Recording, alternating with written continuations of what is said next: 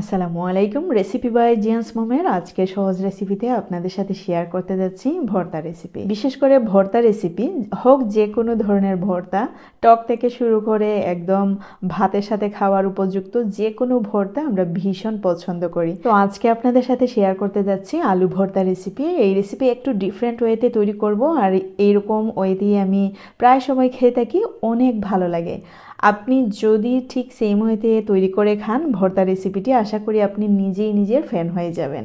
তো দেখতে পাচ্ছেন আলুগুলো অলরেডি আমি সেদ্ধ করার জন্য বসিয়ে দিয়েছি চুলায়, আর এইখানে তিনটি ডিমের সাথে সামান্য একটু লবণও দিয়ে দিলাম আর খুব ভালো করে ফেটিয়ে নিলাম। আর এইখানে আছে হাফ কাপ পরিমাণ মসুর ডাল। এই মসুর ডালকে 2 থেকে 3 বারের মতো ধুয়ে আমরা 5 মিনিটের জন্য ভিজিয়ে রাখবো। অবশ্যই চেষ্টা করবেন মসুর ডালটা ইউজ করার। এইখানে আমি বলবো না যে মুগ ডাল বা অন্যান্য কোনো ডাল ইউজ করতে। মসুর ডাল যেহেতু সফট, আলু ভর্তার সাথে কিন্তু ভীষণ মানাবে। মসুর ডালটাকে সাইড করে রেখে দিচ্ছি, আর এইখানে দেখতে পাচ্ছেন আলুগুলো একদমই আমি সেদ্ধ বসিয়ে দিয়েছিলাম আর অলরেডি সেদ্ধ হয়ে যাচ্ছে। যখন প্রপারলি সেদ্ধ হয়ে যাবে ঠিক সেই মুহূর্তেই আমি নামিয়ে নিচ্ছি। আলুগুলো তুলে নেওয়ার পর ওই প্যান আবারও বসিয়ে দিলাম, একটু ধুয়ে দিয়ে দিচ্ছি মসুর ডাল। মসুর ডাল যেহেতু হাফ কাপ পরিমাণে, আমি এখানে 1 কাপ পরিমাণে মোট পানি ইউজ করেছি।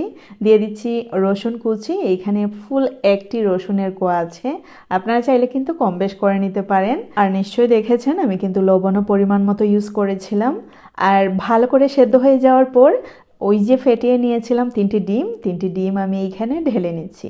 আপনারা এইখানে চাইলে কিন্তু ডিমগুলো আলাদা তেলের মধ্যে ভেজেও এই ভর্তাতে ইউজ করতে পারেন, তাতে করে ভর্তার স্বাদ কিন্তু আরও বৃদ্ধি পাবে। তবে এই ভর্তা যেহেতু আমি প্রায় সময় তৈরি করে খাই, তাই জন্য যখন আমি সেদ্ধ করি তখন কোনো ধরনের কোনো তেল ইউজ করি না।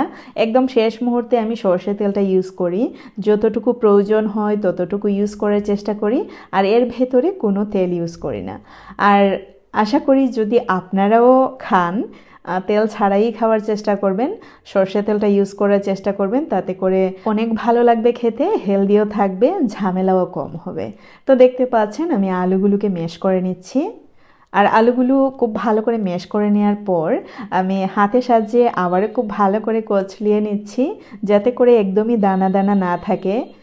ভর্তা যদি একদম ফিনিশিংটা ভালো হয়, ম্যাশ খুব ভালো করে হয়, ভর্তা ভাতের সাথে খেতে কিন্তু ভীষণ ভালো লাগে। অলরেডি আমি প্লেটে নিয়ে নিলাম, আর এইখানে নিয়ে নিচ্ছি পেঁয়াজ কুচি প্রায় হাফ কাপ পরিমাণে, আর আছে একটি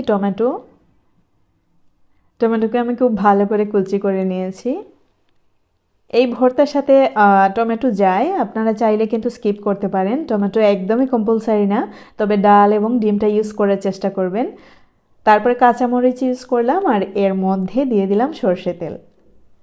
এখন খুব ভালো করে মাখিয়ে নিচ্ছি।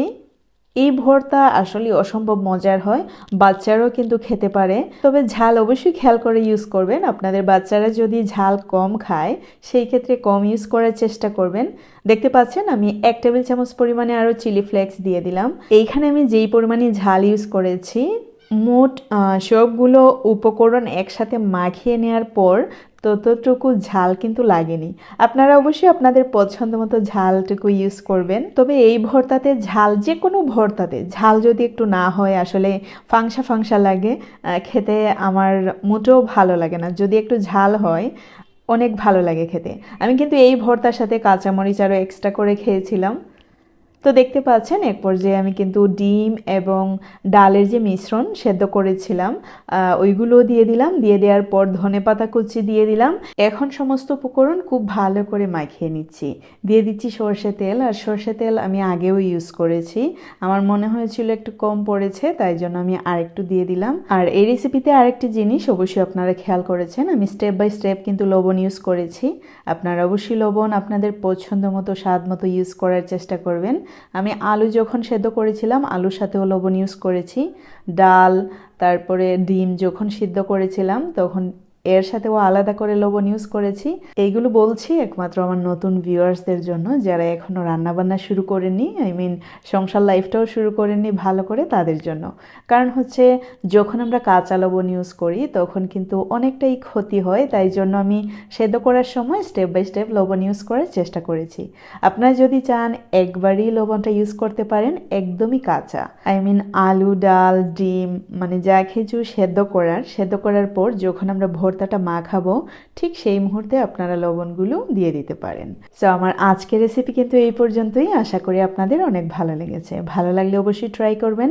একদমই হেলদি এবং সহজ এবং মজার একটি রেসিপি। আল্লাহ হাফেজ।